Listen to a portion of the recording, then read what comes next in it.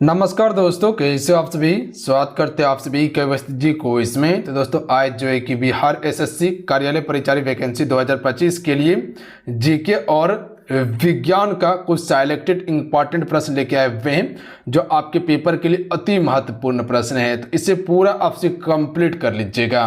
तो चलिए शुरू करते हैं। सभी एक बार सेशन को लाइक करके शेयर आपसे जरूर कर दीजिएगा। तो चलिए शुरू करते हैं आज की सेशन को हम सभी। आइए फर्स्ट क्वेश्चन है, पहला क्वेश्चन है कि वास्को डिगामा कहाँ का यात्री था। देखिए वास्को डिगामा की बात किया जाए तो ये 1498 ईस्वी में 1498 ईस्वी में भारत आया था और कहाँ पहुँचा था, कालीकट बंदरगाह केरल में पहुँचा था, याद रखिएगा आप सभी। और ये आपका पुर्तगाल का रहने वाला था जिसने यूरोप और भारत के बीच समुद्री मार्गों का खोज किया था। तो option number b correct answer हो जाएगा, याद रखिएगा आप सभी। कुछ फैक्ट इससे संबंधित ध्यान दीजिएगा आप सभी कि पुर्तगाली खोजकर्ता वास्को डिगामा 20 मई 1498 को भारत के केरल के कोझिकोड जिले के कालीकट बंदरगाह पर पहुंचे थे। वास्को डिगामा समुद्र के रास्ते भारत पहुंचने वाला पहला यूरोपीय यात्री था, ध्यान दीजिएगा आप सभी। और ये एक व्यापारी था वास्को डिगामा। अगला है हेनरी द नेविगेटर राजा था कहाँ का। अगर किसी भी क्वेश्चन का आंसर पता हो तो अपना आंसर आपसे नीचे कमेंट बॉक्स में बताते चलिएगा। तो राइट आंसर हो जाएगा ऑप्शन में ए, पुर्तगाल का राजा था हेनरी द नेविगेटर। देखिए इसी प्रकार का क्वेश्चन आपके पेपर में पूछा जाता है तो हर प्रश्न आपके लिए इंपॉर्टेंट है, इसीलिए ध्यानपूर्वक देखिएगा और सारा प्रश्न को याद जरूर कर लीजिएगा आप सभी। सामंतवाद व्यवस्था में भूमि का मालिक कौन होता था। तो देखिए सामंतवाद व्यवस्था में भूमि का जो मालिक होता था वो राजा ही होता था, याद रखिएगा आप सभी। कौन होता था, राजा होता था, याद रहेगा। अगला क्वेश्चन देख लीजिएगा कि भौगोलिक खोजों के परिणाम स्वरूप किस वर्ग को सबसे अधिक फायदा हुआ था। जब भौगोलिक खोज किया गया था, समुद्र मार्गों का खोज किया गया था, तो सबसे ज़्यादा जो है किस वर्ग को लाभ हुआ था, तो वो आपका व्यापारी को लाभ हुआ था, याद रखिएगा आप सभी। तो जो भी बी टिक करें बिल्कुल करेक्ट आंसर होगा। किसे लाभ हुआ था, व्यापारिक लाभ हुआ था। भौगोलिक खोज काफ़ी इंपॉर्टेंट टॉपिक है।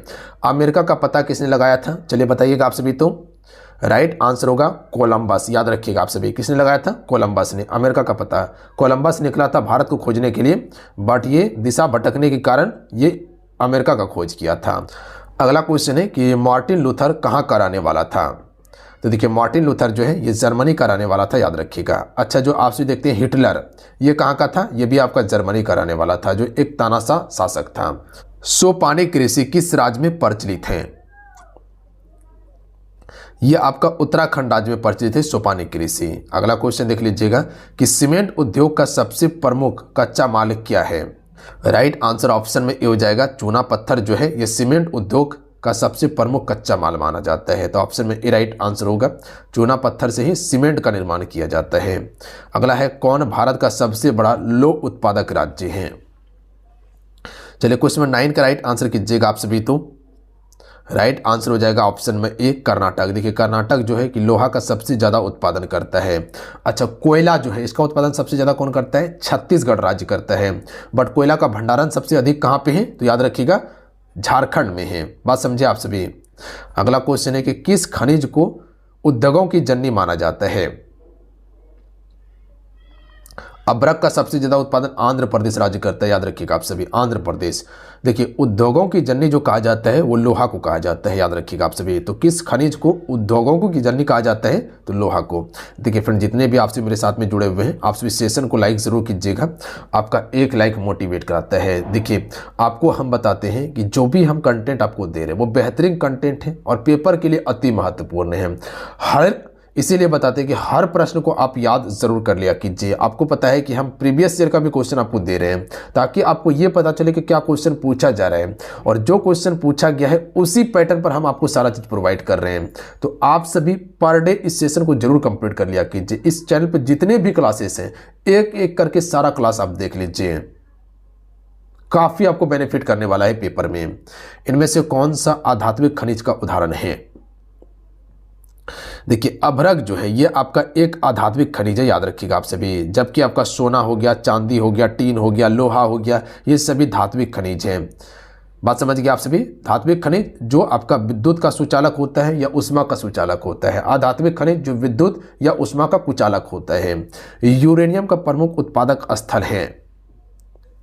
देखिए यूरेनियम जो है इससे हम सभी परमाणु ऊर्जा का उत्पादन करते हैं। तो जादूगोड़ा ये यूरेनियम उत्पादन के लिए प्रमुख स्थल है जो कि झारखंड के पूर्वी सिंहभूम में पड़ता है। अगला है कोशिका सिद्धांत का प्रतिपादन किया था। तो याद रखिएगा स्लाइडेन और सवान ने किया था, तो डी करेक्ट आंसर होगा। अगला है कि झिल्लियों से घिरा हुआ कोशिका द्रव्य में पाए जाने वाला अंग जिसमें पाचक रसायन या एंजाइम पाए जाते हैं ये कहलाते हैं। ये क्वेश्चन आपका प्रीवियस ईयर में पूछ लिया गया है कि झिल्लियों से घिरा हुआ कोशिका द्रव्य में पाए जाने वाला अंग जिसमें पाचक रसायन या एंजाइम पाए जाते हैं इसे हम सभी क्या कहते हैं, लाइसोसोम। बताइए, अगर प्रीवियस ईयर का क्वेश्चन सॉल्व किए होंगे तो आपको पता होगा। अगला क्वेश्चन है कि पादप कोशिकाओं के चारों तरफ पाए जाने वाली झिल्ली क्या कहलाते हैं। जो पादप कोशिका है इसके तरफ जो चारों तरफ जो कह सकती झिल्ली जो पाई जाती है इसे हम सिर्फ प्लाज्मा झिल्ली कहते हैं। देखिए पादप कोशिका में कोशिका भित्ति भी होता है, याद रखिएगा आप सभी, जबकि जंतु कोशिका में कोशिका भित्ति नहीं पाया जाता है। तो इसमें कोशिका झिल्ली कोशिका भित्ति दोनों रहता है, जबकि जंतु कोशिका में सिर्फ कोशिका झिल्ली मौजूद होता है। बात समझ गए आप सभी? बिल्कुल। अगला क्वेश्चन है कि पादप और जंतु कोशिका में मुख्य अंतर क्या है। पोषण संबंधित इसका मुख्य अंतर होगा, याद रखिएगा आप सभी, पोषण संबंधित। Option number A right answer हो जाएगा। पोषण दोनों का अलग अलग है। अगला क्वेश्चन है कि निम्न में से किस कोशिका में आकृति निश्चित नहीं होती है। देखिए अगर निश्चित की बात किया जाए तो वो नहीं जो है वो आपका अमीबा में नहीं होता, तंत्रिका कोशिका में नहीं होता, श्वेत रक्त कोशिका में नहीं होता, यानी कि ये सभी में जो है कि आकृति निश्चित नहीं होता, अलग अलग आकृति का होता है। अगला क्वेश्चन है कि सबसे लंबी कोशिका कौन है। देखिए मानव शरीर की सबसे लंबी कोशिका जो है यह आपका तंत्रिका तंत्र की कोशिका है, यानी कि ऑप्शन में ए राइट आंसर होगा, याद रखिएगा, तंत्रिका तंत्र की कोशिका।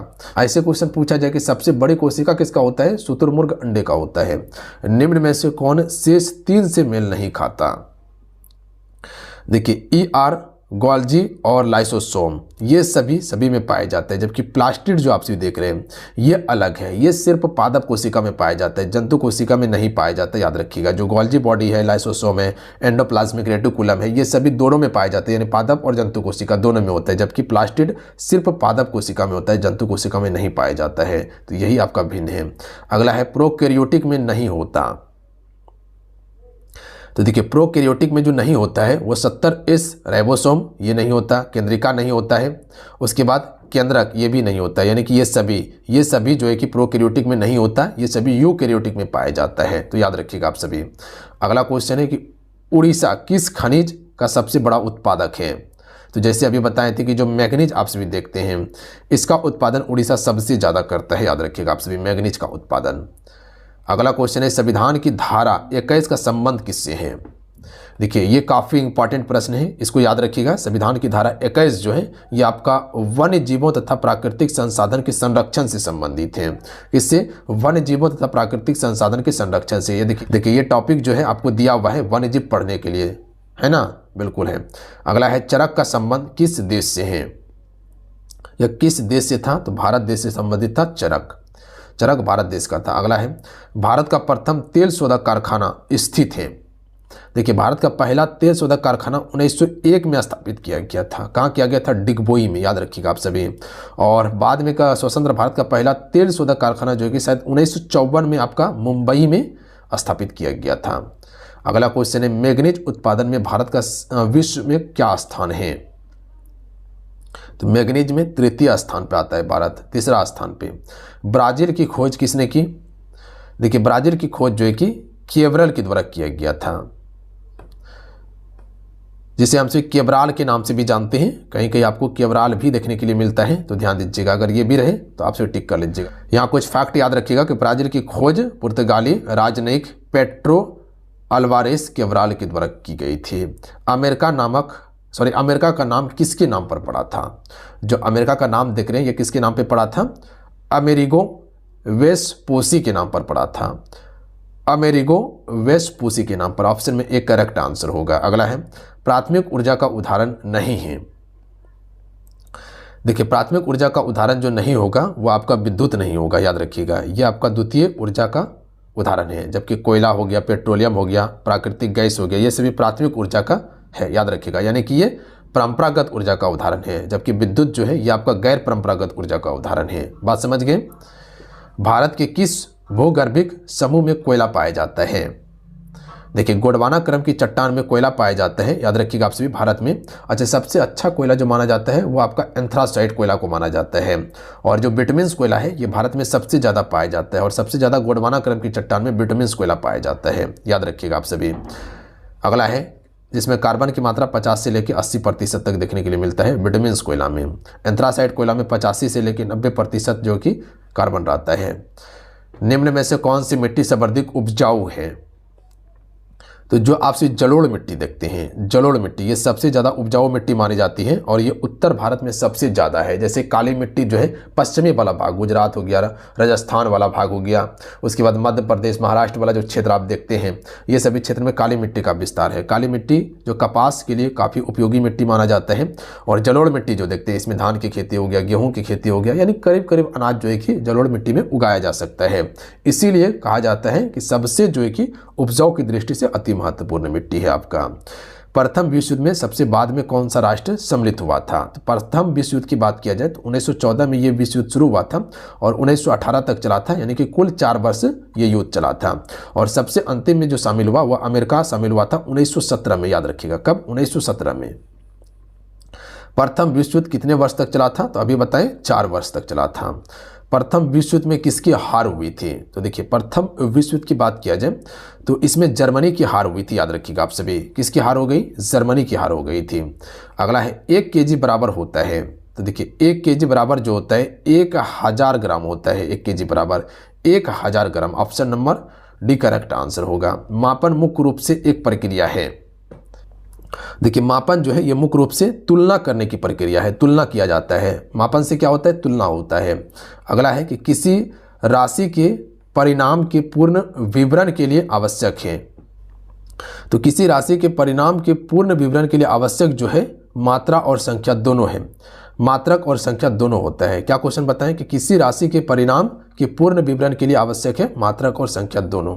अगला है यदि इकाई का आकार 2 गुना कर दिया जाए तो राशि के माप का मान क्या हो जाएगा? तो देखिए राशि के माप का मान जो हो जाएगा वो आधा हो जाएगा। क्या हो जाएगा? आधा। क्वेश्चन अगला क्वेश्चन है कि 4 नैनोग्राम का किलोग्राम में मान क्या होगा? तो ये 4 गुना 10⁻⁻22 होगा, ध्यान दीजिएगा। ऑप्शन में एक करेक्ट आंसर होगा।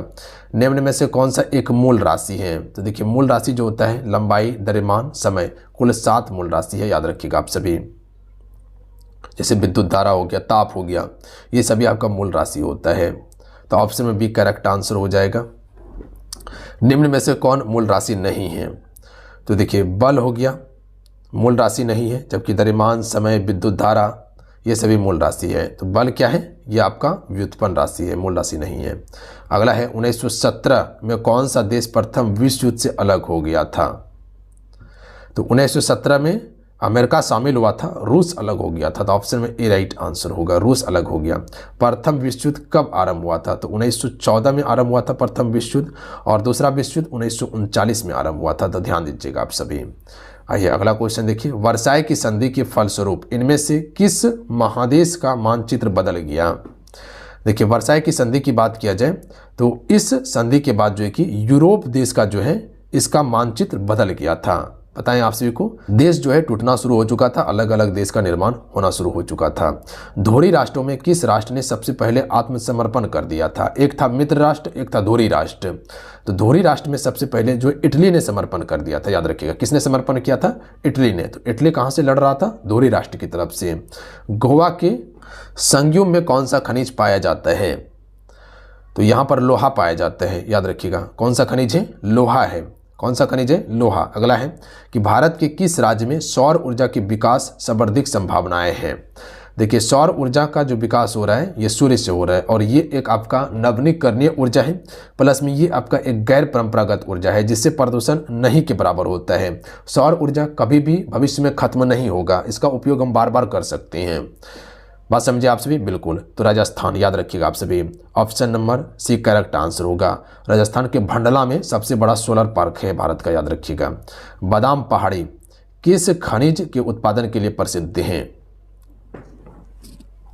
तो ये लो अयस्क के लिए प्रसिद्ध है बादाम की पहाड़ी। तो ऑप्शन में सी राइट आंसर होगा। अगला है भारत के किस राज्य में वन का सबसे अधिक विस्तार है? तो यहाँ पर समझिएगा वन की बात किया जाए तो मध्य प्रदेश में सबसे अधिक वन है। यहाँ समझिएगा सबसे कम की बात किया जाए तो वो आपका हरियाणा हो जाएगा। याद रखिएगा आप सभी, हरियाणा में सबसे कम है क्षेत्रफल में और क्षेत्रफल में सबसे अधिक मध्य प्रदेश में। प्रतिशतता के आधार पर बात किया जाए तो प्रतिशत में सबसे अधिक मिजोरम में वन है और प्रतिशत में सबसे कम हरियाणा में है। तो क्षेत्रफल और प्रतिशत दोनों में कम हरियाणा है, बट अधिक में बात किया जाए तो क्षेत्रफल में मध्य प्रदेश के पास ज़्यादा है पर प्रतिशतता के आधार पर मिजोरम में ज़्यादा है। बात समझिएगा। अगला है ऊर्जा का गैर परंपरागत स्रोत क्या है। तो अभी बताएं गैर परंपरागत क्या होता है, जो नए नवाचारों में प्रयोग किया गया हो, यानी कि आधुनिक तरीका से हम सभी जो ऊर्जा का उत्पादन कर रहे हैं। कोयला है नहीं है, ये प्राचीन वाला है। पेट्रोलियम प्राचीन है, प्राकृतिक भी प्राचीन समय से हम सभी कर रहे हैं, तो ये आपका परंपरागत होगा। जबकि विद्युत जो है ये आपका गैर परंपरागत ऊर्जा का स्रोत है। याद रखिएगा। बात समझे आप सभी, गैर परंपरागत ऊर्जा का स्रोत क्या है, जो नए नवाचारों से हम सभी ऊर्जा का उत्पादन कर रहे हैं, जैसे सौर ऊर्जा, ज्वारीय ऊर्जा, पवन ऊर्जा, ये सभी आपका गैर परंपरागत ऊर्जा का स्रोत है। अमेरिका ने हिरोशिमा पर बमबारी कब की थी। देखिए अमेरिका ने हिरोशिमा पर 6 अगस्त को की थी। याद रखिएगा 6 अगस्त को हिरोशिमा पर और 9 अगस्त को नागासाकी पर। याद रखिएगा 9 अगस्त को नागासाकी पर। और ये कब हुआ था, 1945 में। डेट को याद रखिएगा कब, 1945 में। कब, 1945 में। 6 अगस्त को हिरोशिमा पर, 9 अगस्त को नागासाकी पर। द्वितीय विश्व युद्ध का अंत कब हुआ था, तो ये 1945 में हुआ था। याद रखिएगा आप सभी, जर्मनी ने आत्मसमर्पण कर दिया, उसके बाद ये युद्ध समाप्त हो गया था और इसी समय जो है कि हिटलर ने अपने आप को गोली मार लिया था।